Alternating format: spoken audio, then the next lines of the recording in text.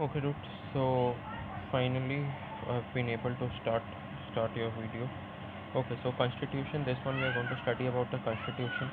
Constitution is nothing but the rule book, a rule book according to which a country runs. Yes. So first we will learn that what is the use of what are the various purposes of a constitution. Constitution serves the several purposes. What are the various purposes? This is the 1 minute. This is the first purpose, like from first till over here. Yes, and this is the second. This is the first point, and this is the second point. Health serve a set of rules of health that all persons in the country can agree upon as the basis, the way in which they want the country to be governed. This includes not only the type of government but also the agreement on certain ideas that they all believe that the country should uphold. Okay, so these are the two purposes which we see on this page. The first purpose is that constitution, it lays down the ideals. For example, India has Indian constitution, like when like our constitution, we released a Republic Day is celebrated because on this day in 1950, like on 26th January 1950, the constitution had come out. Yes. So first it lays out certain ideals, like India is based on the ideal of equality. Yes, at that time when like there are India is based on the ideals of sovereignty. Yes, sovereignty, equality, and there's another third one. Yes, I don't remember that, but the point is that like India at that time in 1950, it had just sovereignty means not ruled by anyone else, like free from any foreign control. Sovereignty means that. Yes, so India at that time had just got their independence, so that's why the ideals of at that time were sovereignty, and there was a lot of inequality, there was a lot of caste system, so like the ideal was equality. So the first page of the constitution tells us that what ideals this rule book has been made on. Yes, every rule, like every rule in your school, what ideal, is it trying to put up? Yes, it is going to it is trying to put up the ideal of discipline.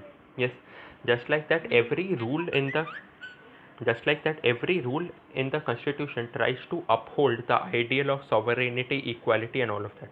So this is the first purpose. It tells us about all the ideals, and a constitution has to serve a set of rules. Like constitution, it gives out the rules according to which a country is run, and these rules are given in such a way that every community, Hindus, Muslims, Sikhs, upper class, lower class, everyone is satisfied.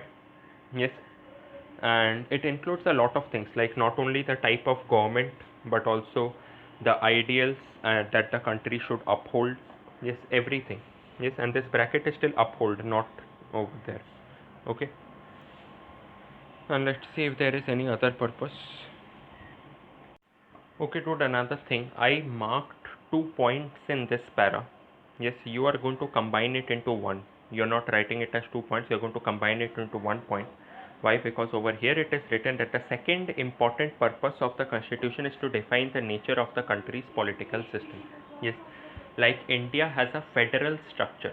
Federal structure means what? There will be a government at the center and there will be different governments at the state. They will work together for the benefit of the people. Why do we follow this federal structure? In which book is it written that we are supposed to follow federal structure? It is written in the constitution. Okay, dude. So this is the third point, like third importance of constitution. Yes, third importance is that is what the dominant group does not. Constitution makes sure that a dominant group does not use its power against the weak group. That's why in the parliament we have a ruling party. A ruling party are the guys who have won the election. Yes. Now, if only the ruling party is there in the in the parliament, then they will to do whatever they want. They will pass any laws, whatever they want. Now, the reason why they can't do is that there is another group in the parliament, which is called the opposition party. Opposition party are the guys like who come second in the number of votes. Like first in the number of votes forms the ruling party, and second in the number of votes forms the opposition party. Yes, and who has made this rule of ruling party and opposition party in our constitution? Like the constitution has only made it, this rule of ruling party and opposition party. Understood? So this is the third purpose of a constitution, which is not allow any one particular group to become very powerful. Okay, dude, so I have taught you three purposes until now. Yes, but this one which I taught you over here is not a purpose. Yes, like, sorry, not this one. This one which I taught you over here is not a purpose.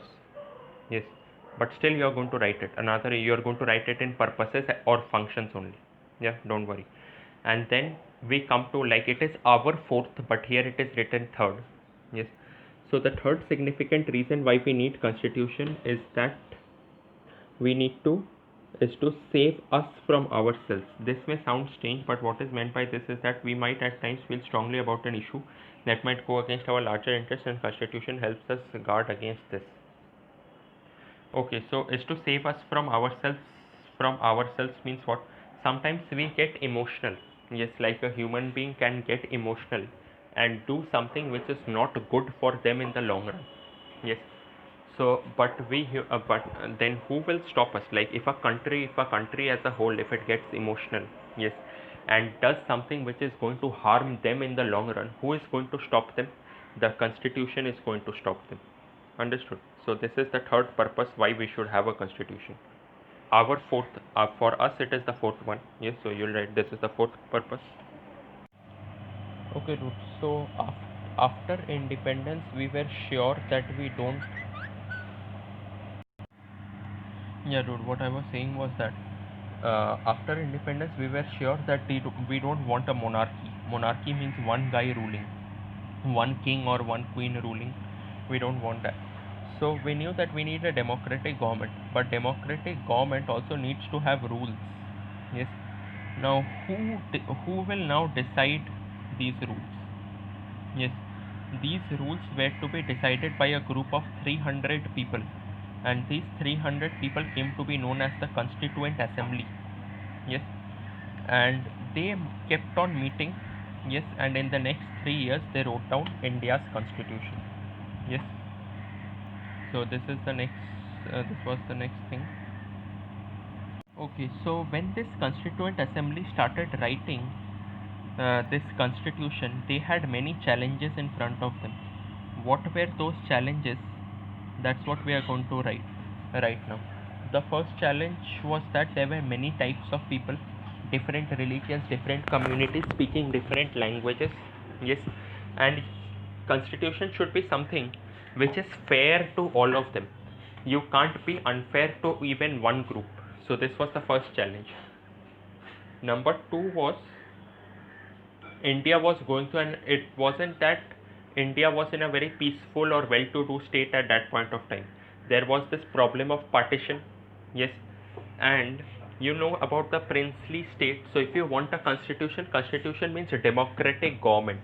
Yes, democratic government means you need to remove all the kings.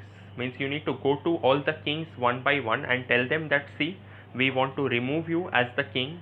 Yes, because we want a democratic government in India. Now that's not going to be an easy process to tell a king that we are taking away your power. Yes, that's not an easy task to do. So this was again a challenge. Then partition of India was another challenge. Yes, plus the socio-economic condition of India was horrible. Yes, socio-economic condition means socio means caste structure, and all of that was very, very rigid. Yes, I repeat, socio means caste structure and all was very, very rigid, and economic means we were very poor at that point of time. Yes, so these were the challenges in front of the Constituent Assembly when they sat to write the constitution.